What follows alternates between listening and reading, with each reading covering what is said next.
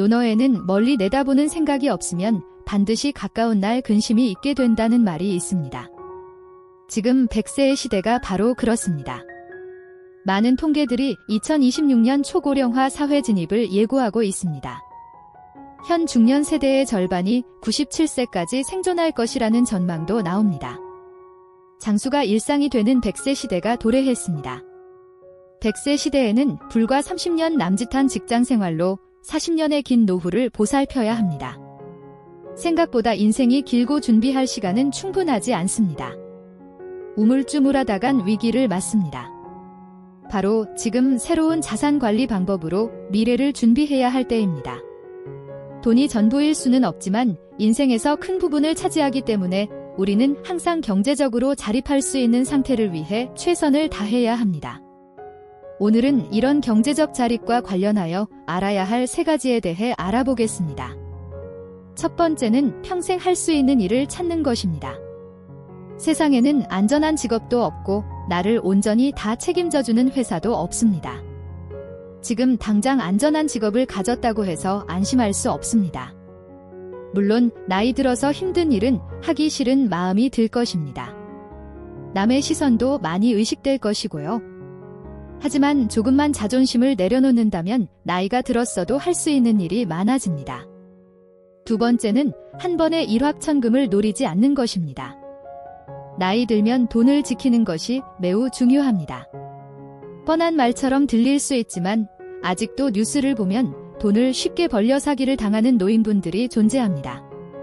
무조건 피해자들을 탓할 수도 없는 게 요새 사기 수법이 워낙 치밀해졌습니다. 여기서 제일 주의해야 할 것은 아무런 노력 없이 돈을 쉽게 벌려는 욕심입니다.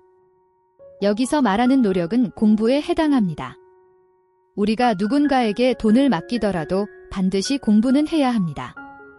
세 번째는 자기의 경제적 상황에 맞춰 사는 것입니다. 대기업 다닐 때와 퇴직하고 나서의 삶이 같아서는 안 됩니다. 간혹 수입이 줄어들었음에도 지출을 줄이지 못해 힘든 노후를 보내시는 분들도 계십니다. 돈을 조금 덜 벌면 절약을 해서 살아야 합니다. 물론 공부를 정말 열심히 하고 능력이 된다면 수입을 늘리려는 시도는 좋은 것이지만 앞서 말했듯 노후에는 수입 늘리는 것에 너무 욕심을 부려서는 안 됩니다. 노후에 금전적으로 손해를 보면 젊었을 때와는 달리 타격이 크기 때문입니다. 요즘 영상들을 보면 하나같이 성공과 부자를 말합니다. 문제는 성공과 부자의 기준이 너무 높다는 것입니다. 그렇다면 젊어서 돈을 벌 수 있을 때 관리를 잘하여야 하며 노후를 대비하여 절약해서 자신만의 취미를 만들어 규모 있는 생활을 해야 한다는 것도 알았지만 이미 때는 지났다고 생각합니다. 노후를 위한 자금이 충분치 않다면 생활비를 줄이는 게 답입니다. 씀씀이를 줄이고 사는 집을 줄이고 외식을 줄이고 차를 줄이면 생활비가 줄어 노후 대비에 대한 부담이 경감됩니다. 돈이 없거나 부족하다면 체면에서도 자존심이 상하지만 과감히 생략해야 한다고 생각합니다. 짠돌이라고 비평을 듣게 될지 몰라도 빈털터리가 되면 자립은커녕 주위 사람들과의 관계가 악화되고 만족스럽지 못한 추한 사람이 되며 힘든 노후를 보낼 수밖에 없다고 생각합니다. 남들한테 보여주기식의 삶을 사는 것은 나에게 독이 됩니다. 이렇듯 주변 시선에서 벗어나는 것이 노후의 빈곤을 탈출하는 하나의 해결책이 될 수 있습니다. 행복이라는 것은 내가 정하는 것입니다.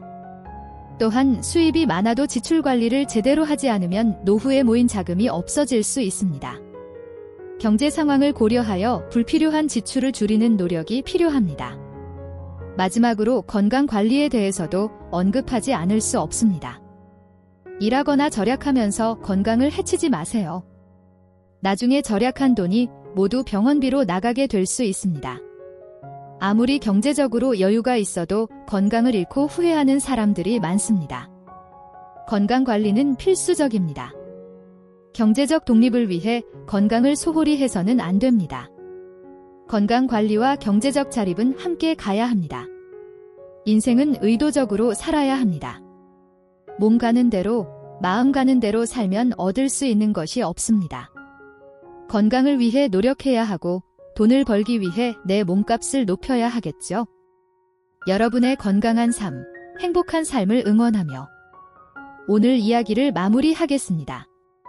구독과 좋아요는 저에게 큰 힘이 됩니다. 시청해주셔서 감사합니다.